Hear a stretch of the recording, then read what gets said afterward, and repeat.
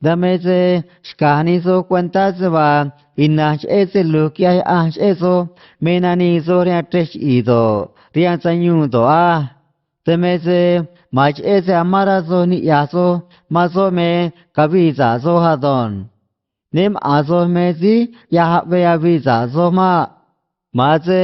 ya rakwi mazo ta be aviza zo na hadon Nich era zunza kiaso me kaviza zoma oze na be an kamishta iwi kata iwi zevam ani iwi mezi kia kaviza ni iwi